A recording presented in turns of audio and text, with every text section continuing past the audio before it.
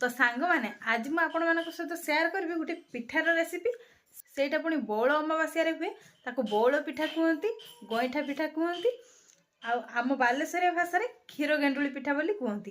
यही पिठाटा हूँ बौल अमावास्या दिन हुए महाप्रभु श्री जगन्नाथ पाखे लगे आउ भगवान श्री जगन्नाथंकर 56 भोग रु यहाँ हूँ गोटे भोग।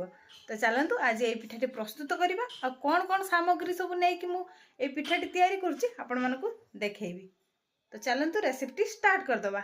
तो सांग मैंने गईठा पिठाटा मुझे सुजी रे तैयारी करी से सुजी अच्छी तापर रहा क्षीर आउ नड़िया कोरा चिन्नी टे अदा छाँचिकी दिया माने दिहब कहीं अदा देले एसिड हेनी।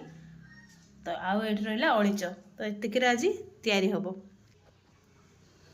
तो सांग मैंने आगे हूँ सुजीर फास्ट हूँ अल्प कि खली काढ़ी आना जहाँकि जो गोल गोल बल्स गुड़ाक कराब से खलीटा आगे काढ़ा चलतु।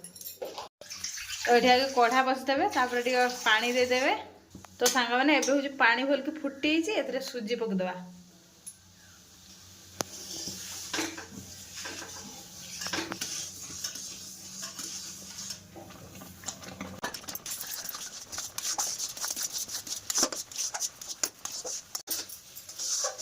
तो एबे हूँ खली पूरा रेडी हो बॉल्स तैयारी करवा।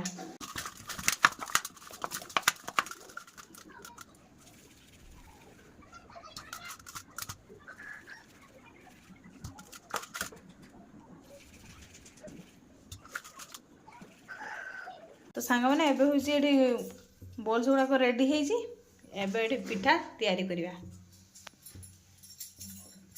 तो सांग मैंने एबे क्षीर ढाल।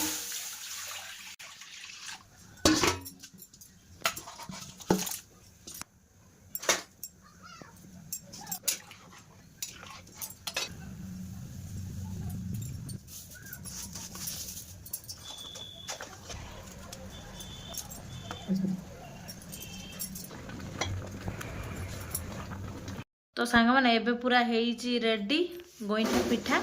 तो मुझे चली खावाई और आपण मैंने भी एमती घरे प्रस्तुत करी खातु आ कमेंट रे कहतु केमती लगिला है।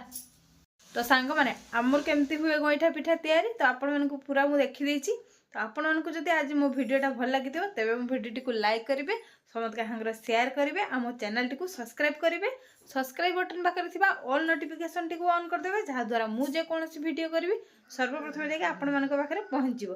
तो सांग मैंने रहुची नमस्कार जय जगन्नाथ।